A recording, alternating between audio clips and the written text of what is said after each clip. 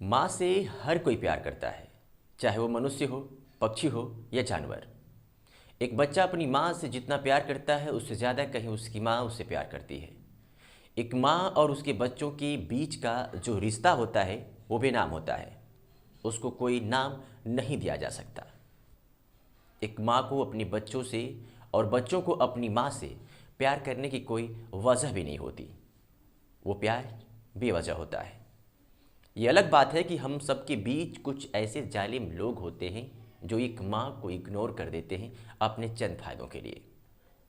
माँ से प्यार करने के किस्से तो आपने बहुत सुने होंगे, लेकिन आज एक माँ और दो बेटियों के बीच के प्यार का जो किस्सा सुनाने जा रहा हूँ, यकीन मानिए आप सुन के परेशान हो जाएंगे।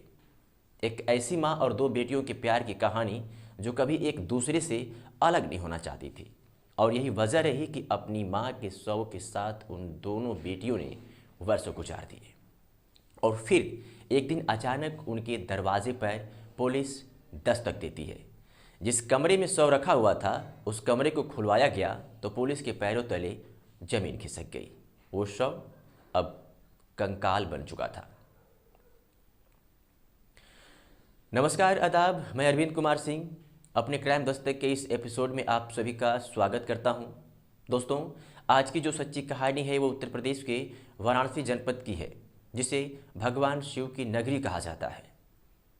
इसी जनपद का एक थाना क्षेत्र पड़ता है लंका, और लंका थाना क्षेत्र के सामने है एक घाट मधरवा। यहाँ उत्तर प्रदेश के ही बलिया जिले के बेलथरा रोड के फूलपुर गांव निवासी रामकृष्ण पांडे का 22 साल पुराना एक घर है। रामकृष्ण की तीन बेटियों में बड़ी उषा का विवाह बेलथरा रोड क्षेत्र के ही अखोप निवासी देवेश्वर त्रिपाठी से हुआ था। लेकिन 6 साल पहले देवेश्वर ने उषा से संबंध तोड़ दिया था। उसके बाद वाराणसी के उस मकान में उषा अपनी दो बेटियों 27 वर्षीय पल्लवी और 18 वर्षीय वैश्विक त्रिपाठी को लेकर अपने पिता रामकृष्ण के साथ रहने लगी। वह कॉस्मेटिक की दुकान चलाकर खर्च चलाती थी। लेकिन कुछ ही दिनों बाद उषा के पिता घर की दयनीय स्थिति को देखकर लगभग 2 साल से अपनी दूसरी बेटियों के साथ यानी उषा के बहनों के घर रहने लगे थे। अब उषा अपनी दो बेटियों पल्लवी और वैश्विक त्रिपाठी को लेकर वाराणसी के लंका में रहने लगी और कॉस्मेटिक की दुकान चलाकर अपना जीवन यापन करने लगी। 8 दिसंबर 2022 को 52 साल की उषा त्रिपाठी की मौत हो जाती है। मगर दोनों बेटियों ने मां के निधन की खबर न तो नाना को दी और न ही रिश्तेदारों को। दोनों लड़कियों ने तय किया कि मां तो दूर चली गई, लेकिन उनका शरीर हम दूर नहीं जाने देंगे। वो दोनों लड़कियां मां का शव रखकर उसे सुरक्षित करने की हजारों कोशिशें करती थी। मां के शरीर को धोती थी, फिर कमरे को ठंडा रखने की कोशिश करती थी। शरीर सड़ने लगा और उससे दुर्गंध आई तो दोनों ने दुर्गंध से बचने के लिए धूपबत्ती और अगरबत्ती जलाती थी। रूम फ्रेशनर कमरे में छिड़कती थी। माँ के शरीर में कीड़े पड़ने लगी तो दोनों ने मिलकर उन्हें निकाला। फिर शव कंबल से ढक देती थी, कमरा बंद कर देती थी, खाना बनाती और फिर छत पर जाकर खाती। माँ के कंकाल के साथ दोनों जीने की आदत डाली थी। वे बहुत ज़रूरी होने पर ही बाहर निकलती थी, और अगर अंदर आने की कोई ज़बरदस्ती करता था तो पुलिस को बुलाने की धमकी देती थी। 29 नवंबर 2023 दिन बुधवार को उषा की बहन और बहनोई धर्मेंद्र अचानक उषा से मिलने वाराणसी उनके निवास पहुंच जाते हैं। उनकी इच्छा थी कि उषा से मिला जाए और उसका हाल चाल लिया जाए।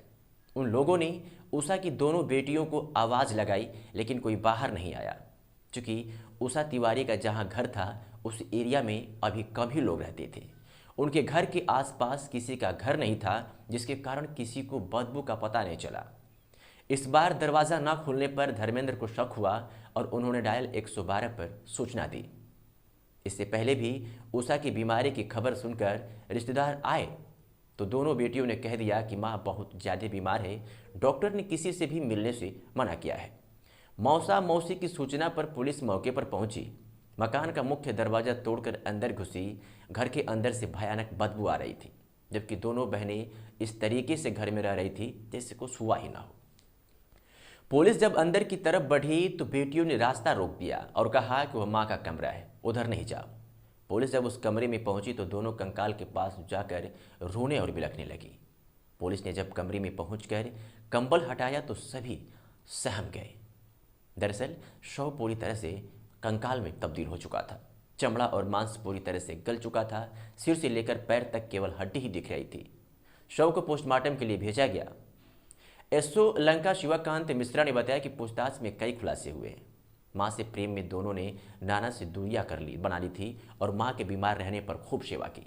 आर्थिक तंगी के बीच मां का इलाज एक प्राइवेट डॉक्टर से कराया। बाद में लाइलाज बीमारी जानकर घर ले आई। अंतिम सांस तक मां के साथ रही। बड़ी बेटी एमकॉम पास है तो दूसरी ने हाई स्कूल तक की पढ़ाई की है, लेकिन मां की मौत के बाद वे कॉलेज नहीं गई, पढ़ाई छोड़ दी। मां की मौत के बाद बेटियों ने शव पीछे के एक कमरे में बंद कर दिया था। दोनों बेटियां बदबू रोकने के लिए घर में अगरबत्ती और धूप जलाती थी। ज़्यादातर समय छत पर रहती थी। आगे उन्होंने बताया कि महिला की मौत के बाद दोनों बेटियां सामान्य रहती थी। किसी को इसका एहसास तक नहीं होने दिया कि अंदर उनकी मां का कंकाल है। आसपास के लोगों ने दोनों को कई बार आर्थिक और राशन की मदद की। दोनों लड़कियों ने पुलिस को पूछताछ में बताया कि दोनों एक साथ ही बाहर आती थी और जाती थी। उन्होंने बाहर भी लोगों से कई बार मदद मांगी। राशन के लिए जेवर बेचने की बात भी उन लड़कियों ने बताई थी। दोनों लड़कियों ने बताया कि नाना रामकृष्ण पांडेय 2 महीने पहले आए थे, लेकिन हम दोनों बहनें ने उनको घर में जाने से रोक दिया। दरवाजे पर बातचीत की और बाहर से ही लौटा दिया। काफ़ी प्रयास के बाद हमने दरवाज़ा भी बंद कर लिया। वह पड़ोस में चाय पानी करके लौट गए।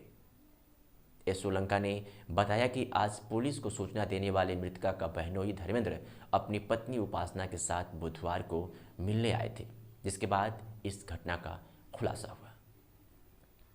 लोगों ने बताया कि मृतक के बहनोई आज से 22 दिन पहले भी आए थे, लेकिन मुलाकात नहीं हो पाई। अब पुलिस ने इस पूरे मामले में शव को पोस्टमार्टम के लिए भेज दिया और दोनों लड़कियों को उसकी मौसा के हवाले कर दिया।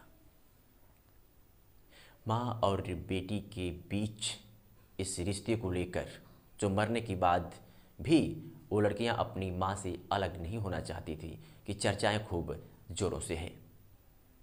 खबर जैसे ही सोशल मीडिया पर वायरल हुई, लोग तरह तरह की प्रतिक्रिया दे रहे हैं और कह रहे हैं कि इस प्यार को क्या नाम दे।